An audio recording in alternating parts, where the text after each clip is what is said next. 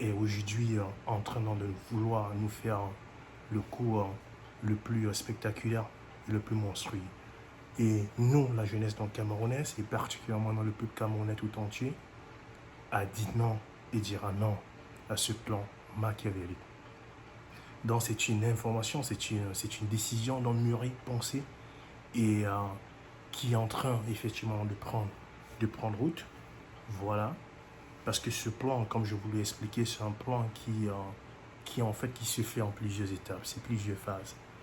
La première pièce donc, effectivement, du puzzle pour eux, c'était tout simplement d'annoncer la candidature de M. Biya, alors qu'on sait parfaitement que ce nonagénaire de 93 ans est incapable de pouvoir donc marcher, diriger dans sa maison, sans avoir besoin d'aide.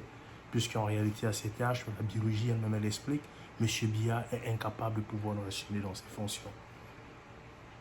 Tout le monde le sait. Au Cameroun, tout le monde le sait. C'est pas de la magie. C'est quelque chose dans le factuel, quelque chose dans le normal.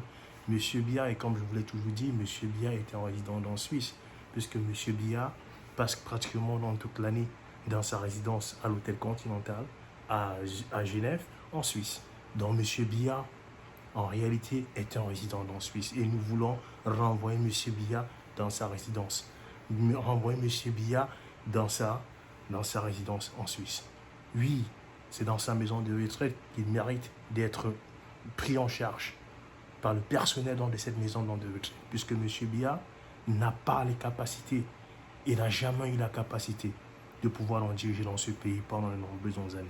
C'est la raison pour laquelle nous le disons et nous martelons une fois de plus, la bande à Biya devra partir dans le pouvoir. C'est l'oligarchie qui nous pille. Parce qu'il ne faut pas effectivement oublier, il faut pas cesser de mentionner le pillage dans des richesses dans le pays, qui est fait à dessein par cette bande à Biya. Et toutes ces sommes d'argent, généralement, elles sont gardées où? Elles sont généralement gardées dans des banques publiques européennes. Ça, c'est l'argent dans des Camerounais, l'argent dans du trésor public dans le Camerounais. Des malversations non financières, des détournements de fonds publics qui, normalement, devraient servir